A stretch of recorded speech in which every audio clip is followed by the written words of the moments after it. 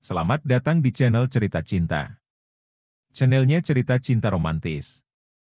Sebelum lanjut mohon dukungannya dengan like dan subscribe dulu. Perselingkuhan liar suamiku, bagian keempat. Lahiran anak pertama. Dewi mulai memeriksa Fitri.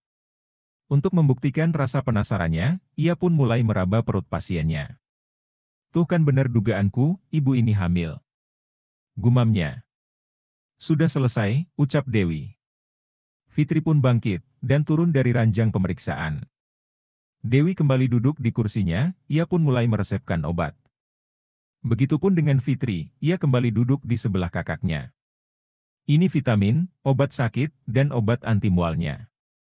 Diminum 3 kali sehari, kecuali vitamin, cukup 1 kali sehari saja. Dewi pun memasukkan obatnya ke dalam kantong kresek berwarna putih. Setelah itu menyodorkannya kepada Fitri. Fitri tersenyum, ia pun menerimanya. Iya bu, terima kasih. Harus dipaksain makannya. Kalau gak bisa makan nasi, bisa makan roti, biskuit, buah-buahan. Apa saja deh gimana enaknya, yang penting perutnya terisi. Terus, jangan lupa vitaminnya diminum, biar dede bayinya sehat. Pesan Dewi menasehati pasiennya. Yeti mendongkak, perkataan Bu Bidan barusan, berhasil membuatnya terkejut. Dede bayi, maksud ibu, adik saya hamil, tanya Yeti tak percaya. Dewi mengangguk. Iya, Bu Fitri hamil.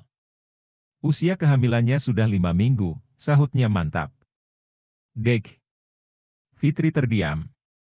Perkataan Bu Bidan barusan, berhasil membuat jantungnya berdegup kencang. Fitri menggeleng, seakan tak percaya dengan kenyataan yang dihadapinya.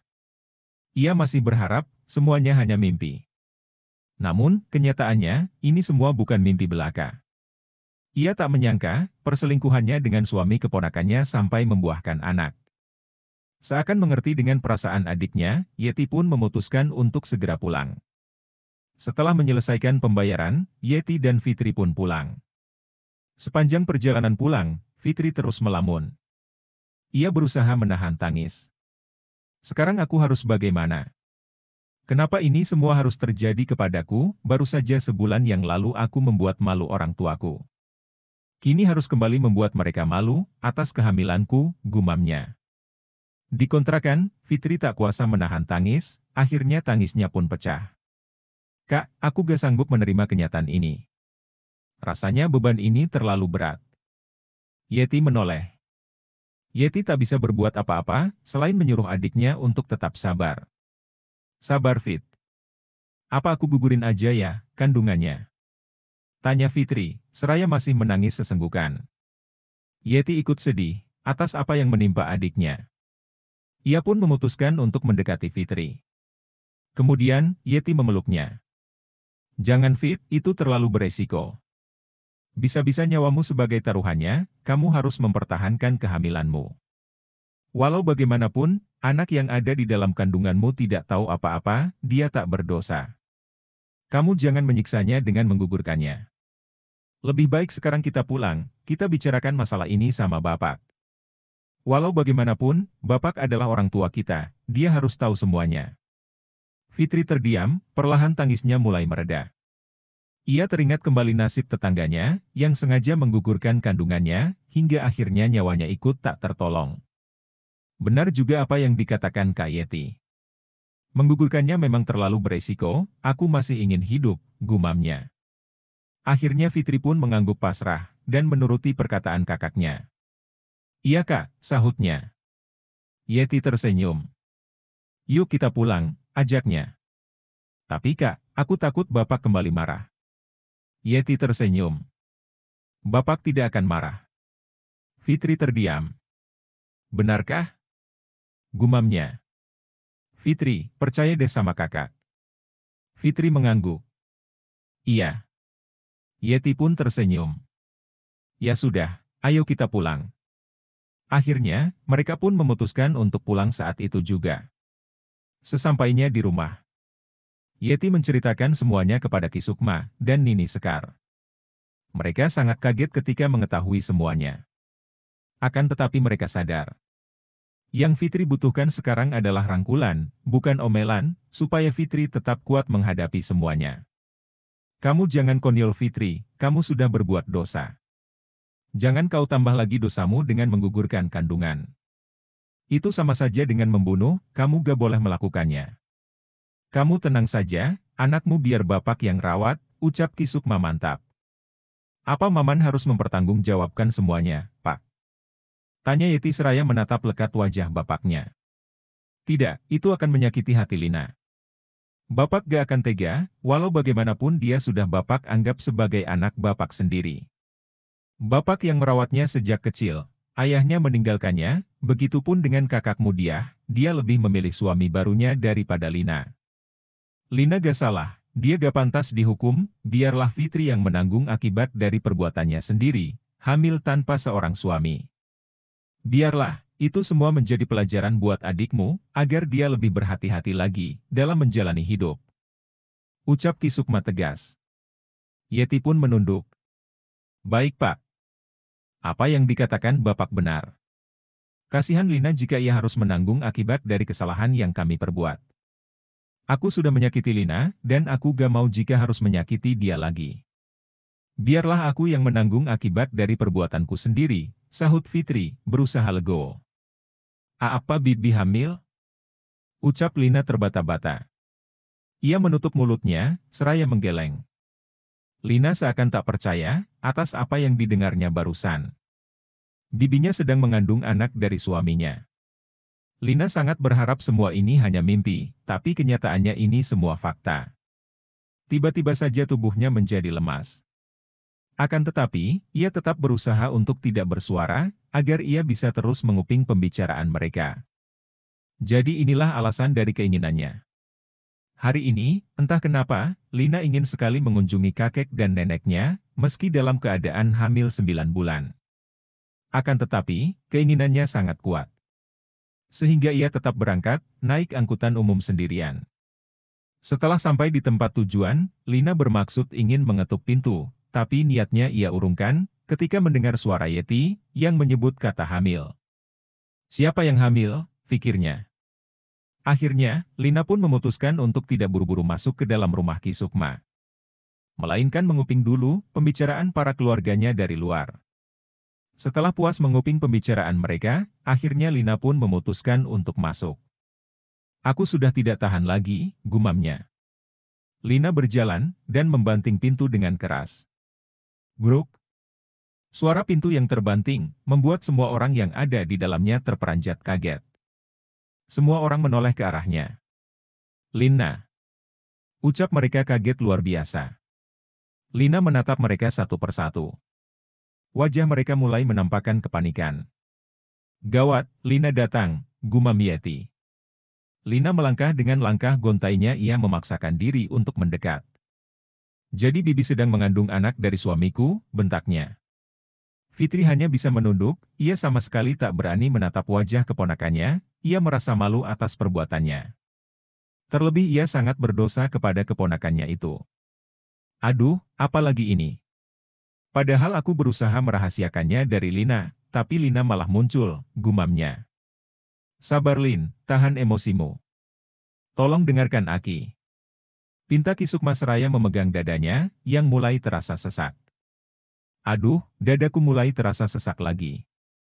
Ya Allah kuatkan aku, gumam Ki Sukma. Lina menyadari penyakit yang diderita kakeknya mulai kambuh. Ia pun akhirnya memutuskan untuk meredam amarahnya. Lina terdiam, dan menunduk, ia sedang berusaha mengatur nafasnya. Lina menarik nafas, dan membuangnya dengan perlahan, berharap amarahnya mereda. Ia tidak mau, jika penyakit kakeknya sampai kembali kambuh. Setelah dirasa mulai enakan, Ki Sukma pun kembali berbicara. Tolong dengarkan Aki, kamu jangan emosi, Lin, maafkan Fitri. Sekarang Fitri sedang menanggung akibat dari perbuatannya, ia hamil tanpa seorang suami. Fitri sudah berjanji tidak akan mengganggumu dan suamimu lagi. Termasuk hak anak yang ada di kandungannya. Fitri tidak akan menuntut apa-apa kepada suamimu. Biarlah semuanya Aki dan Nini yang urus. Aki dan Nini yang akan merawatnya, saat ia sudah terlahir nanti. Lina tak mendengarkan penjelasan kakeknya, ia lebih fokus pada rasa sakit yang tiba-tiba muncul begitu saja. Au sakit. Rintihnya. Dari tadi Lina memang sudah merasakan kontraksi, hanya saja Lina masih bisa menahannya, tapi sekarang, kontraksinya semakin sering muncul, dan lebih sakit dari yang sebelumnya. Semua orang yang ada di sana pun mulai panik. Bawa ke dukun beranak, sepertinya Lina mau melahirkan, titah Nini Sekar. Mengingat ia sudah berpengalaman, dan pernah merasakan, rasanya melahirkan. Aki dan Nini pun bergegas merangkul cucunya. Mereka akan membawanya ke rumah dukun beranak. Sabar ya Lin, ucap Sekar. Lina hanya mengangguk. Ki Sukma mulai gelisah. Duh, mana gak ada kendaraan yang lewat lagi. Gak apa Ki, aku masih kuat berjalan.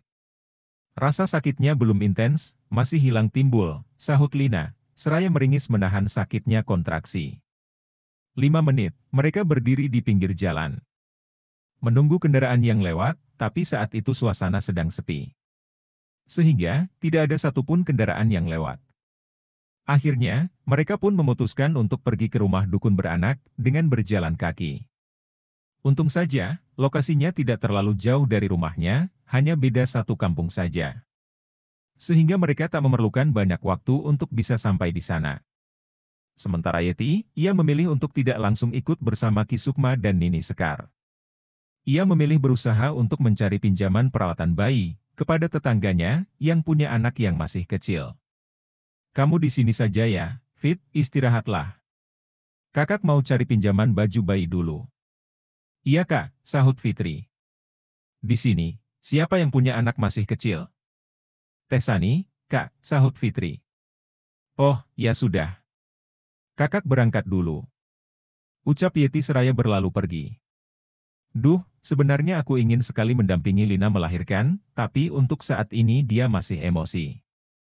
Aku gak mau membuat kekacauan di rumah orang lain. Lebih baik, aku diam saja di rumah, gumam Fitri. Setelah berhasil mendapatkan pinjaman, Yeti pun memutuskan untuk menyusul Lina, yang sudah berada di rumah dukun beranak. Masih pembukaan 6, ucap Mak Iroh, seraya terus menenangkan Lina, yang sedari tadi teriak-teriak karena kesakitan. Mak Iroh terus saja mengusap punggung Lina, berharap rasa sakitnya berkurang. Ia pun terus berdoa kepada Allah, supaya persalinannya dilancarkan. Meski dalam keadaan sakit, Lina tetap berusaha untuk terus mengingat Allah. Bismillahirrahmanirrahim, la haula wala quwata illa billah. Ya Allah lancarkan persalinanku. Gumamnya. 2 jam kemudian. Woye. Suara tangis bayi pun sudah terdengar. Lina tersenyum ketika mendengar suara tangisan bayinya. Ia tak menyangka, akhirnya ia berhasil melahirkan putra pertamanya. Semua orang yang ada di sana pun ikut senang dan tersenyum. Mereka bersama-sama mengucap syukur. Alhamdulillah ya Allah, akhirnya aku berhasil melahirkan anak pertamaku, ucap Lina, seraya masih bercucuran keringat. Ki Sukma, Nini Sekar, dan Yeti segera mendekat. Mereka sudah tidak sabar ingin melihat anggota baru di keluarganya. Anaknya laki-laki. Ucap Mak Iroh. Ia pun membersihkan sang bayi. Kemudian, memakaikan baju dan membedongnya. Ki Sukma mendekati cicitnya. Kemudian, ia menggendongnya. Ki Sukma mulai melantunkan adzan di telinga kanan bayi dan iomah di telinga kirinya. Aku harus cepat-cepat memberitahukan kabar baik ini kepada Maman dan Bi Maryam, tekad Yeti. Akhirnya, Yeti pun berpamitan. Ki, aku pergi ke rumah Maman dulu ya, biar mereka gak mencemaskan Lina. Mereka harus tahu kabar baik ini, ucap Yeti. Ki Sukma mengangguk. Iya Yet, hati-hati di jalan, sahut Ki Sukma. Iya, Ki, sahutnya. Ia pun bergegas pergi menuju rumah Maman. Assalamualaikum, ucap Yeti. Waalaikumsalam. Balas Maryam seraya membuka pintu. Yeti, mari masuk, ajaknya. Yeti mengangguk.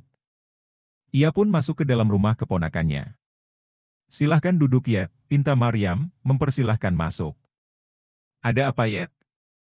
Tanya Maryam, seraya memperhatikan Yeti. Ini Bei, Yeti kesini mau ngambil peralatan bayi. Sekalian ngasih tahu Bibi dan Maman bahwa Lina sudah melahirkan, ucap Yeti berbinar. Maria mendongak, menatap Yeti. Alhamdulillah, akhirnya cucuku sudah lahir. Terima kasih ya Allah, ucapnya, seraya mengusap wajah dengan kedua tangannya. Padahal tadi waktu Lina berangkat, belum ada tanda-tanda mau melahirkan loh. Makanya Bibi mengizinkan Lina pergi, ucapnya berbinar. Iya Bei, mendadak. Tadi juga waktu datang ke rumah belum merasain apa-apa. Pas lagi ngobrol tiba-tiba Lina mengeluh sakit, sahut Yeti. Jam berapa lahirannya Ti? Tanya Maryam, seraya menatap Yeti. Tersirat kebahagiaan di wajahnya, bagaimana tidak, ini kali pertama ia mempunyai cucu. Tadi jam 4 sore. Jadi tadi kami sedang ngobrol, tiba-tiba Lina mengeluh sakit. Pas dibawa ke dukun beranak sudah pembukaan 6 aja. Tadinya mau mengambil peralatan persalinan ke sini, tapi takut gak keburu. Akhirnya minjem punya tetangga. Oh iya, Maman kemana Bei? Tanya Yeti, seraya celingukan mencari keberadaan Maman. Maria mendongak menatap jam. Sudah 4:30. Biasanya Maman sudah pulang, mungkin masih di jalan, pikirnya. Belum pulang, mungkin sedang di jalan menuju pulang Yet. Oh iya, Bibi siap-siap dulu ya. Itu tas persalinan ada di kamar Lina, ambil aja ke kamar, titahnya. Maryam bangkit, dan berlalu pergi menuju kamarnya. 5 menit kemudian. Maman baru saja sampai di rumahnya. Men Lina sudah melahirkan, ayo kita ke sana. Ajak Maryam bersemangat. Ia sudah tak sabar ingin segera melihat cucunya. Maman pun tersenyum sumringah bahagia. Alhamdulillah ya Allah. Ucapnya, seraya mengusap wajah dengan kedua tangannya. Ya sudah ayo Bu, kita berangkat sekarang juga. Aku sudah tidak sabar ingin melihat anakku, sahut Maman bersemangat. Setelah mengunci pintu, mereka pun bergegas pergi untuk menjenguk Lina dan bayinya. Rasa keip setelah bekerja hilang begitu saja, ketika mendengar kabar bahwa anaknya sudah lahir. Maryam dan Maman pun tersenyum sesampainya di rumah Mak Iro. Lucu ya men? Tanya Maryam, seraya terus memperhatikan wajah cucunya yang sangat menggemaskan. Maman mengangguk, seraya tersenyum. Raut bahagia terlihat jelas di wajahnya. Mau dikasih nama siapa men? Tanya ibunya lagi. Kalau Rafizky Alfarik, gimana? Tanya Maman. Bagus. Sahut Maryam. Gimana, kamu setujukan Lin? Tanya Maman, seraya menoleh ke arah istrinya. Terserah Akang aja, kan Akang ayahnya. Aku manut aja. Sahut Lina. Meski dalam hatinya masih tersimpan rasa kesal. Karena perbuatan suaminya yang sudah mengkhianatinya, dengan berselingkuh dan berzina sampai menghasilkan anak. Akan tetapi, Lina tetap berusaha bersikap manis terhadap suaminya. Lina sangat hafal betul dengan sikap Maman, Lina tak boleh marah. Jika dia marah, suaminya akan lebih marah. Itu sebabnya Lina memilih untuk banyak mengalah, dan mengiyakan perkataan suaminya. Apapun itu, Lina harus mengiyakan, karena semua keputusan ada di tangan Maman. Lina berharap, semoga setelah punya anak, sikap Maman berubah menjadi baik, dan tak kasar lagi. Bersambung.